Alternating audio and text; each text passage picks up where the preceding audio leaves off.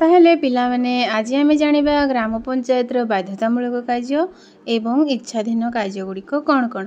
बाध्यतामूलक कार्य कहले ग्राम पंचायत यही सब कार्य गुड़िक करने बाध्य, जेमितिकी पानीय जलर व्यवस्था, आलोक व्यवस्था, ग्रामर रास्ता मरामती और निर्माण, ग्रामर परिष्कार परिच्छन्नता, ग्रामवासी स्वास्थ्यर जत्न, जन्म मृत्यु पंजीकरण, चाष पाई अधिक अमलक्षम विहन, सार और ऋणर व्यवस्था, निज अंचल होता यात्रा और मेलार नियंत्रण, स्थानीय अंचल शिक्षार विकास।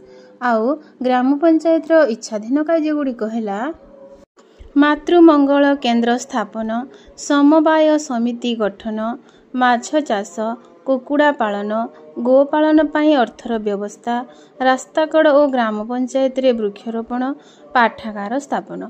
ए सब कार्य गुड़िक होउछि ग्राम पंचायत इच्छाधीन कार्य। से इच्छा कले करिवो, नहेले नाही। ताले पिला माने भिडियोटी भल लागे निश्चय लाइक करिवो। जय श्री राम।